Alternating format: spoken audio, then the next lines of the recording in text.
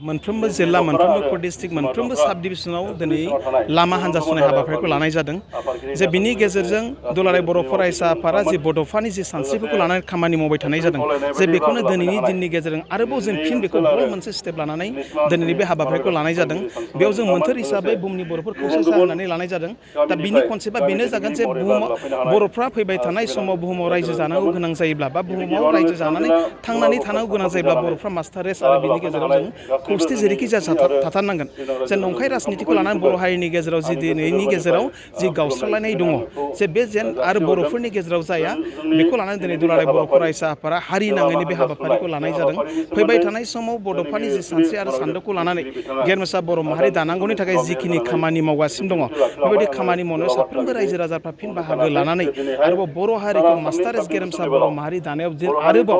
जेन बयबो लोब लोब फैनानै बाहागो लाफैयो बेनि थाखाय दुलाराय बर' फरायसा आफादा बेबायदि हाबाफारिखौ लानाय जादों आरो बर'आ लिभ एन्ड लेट लिभ होननाय बड'फानि जि मोनसे सानस्रि बेखौ लानानै बड'फाया थांनाय गोलाव समनि दिनै बे 35-40 बोसोरनि सायावनो बिथाङा जोंनो मोनसे आदर्श होलांदोंमोन बेनो जाबाय लिभ एन्ड लेट लिभ आरो बड'फाया लिभ एन्ड लेट लिभनि गेजेरजों खालि बर' हारिनि सुबुंफोरखौल' जे नासयनाय गादबनाय सुसिनायनिफ्राय जे उदां जानांगौ बेबायदि बाथ्रा बुङाखै जे बिथाङा आसामाव रायजो जानाय भारताव रायजो जानाय मोनफ्रोमबो थाखोनि गादबजानाय सुसिजानाय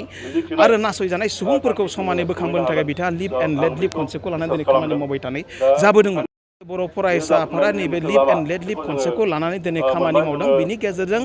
बर' हारिजों लोगोसे बर' हारिनि साखाथियाव थानाय जेन मोनफ्रोमबो हारिनि सुबुंफ्रा जे गावनि भारताव थानाय जि राजखान्थियारि मोन्थाय आरो बेजों लोगोसे जि संबिधानारि मोन्थाय बेखौ जों समानै मोनफुंनो हायो बेबायदि मेसेजखौ लानानै दिनै दुलाराय बर' फरायसा आफादा हाबाफारिखौ लानाय जादों आरो बेबायदिनो दिनै बिजनि दख'रा दुलाराय बर' फरायसा आफादाबो बे हाबाफारिखौ दिनै गाजा गोमजायै खुंफुंनो थाखाय बे समाव लाहार फाहार खालामगासिनो दङ आरो दिनै बिजनि दख'रा दुलाराय बर' फरायसा आफादनिफ्राय बे हाबाफारियाव गासै 752 जन 750 सा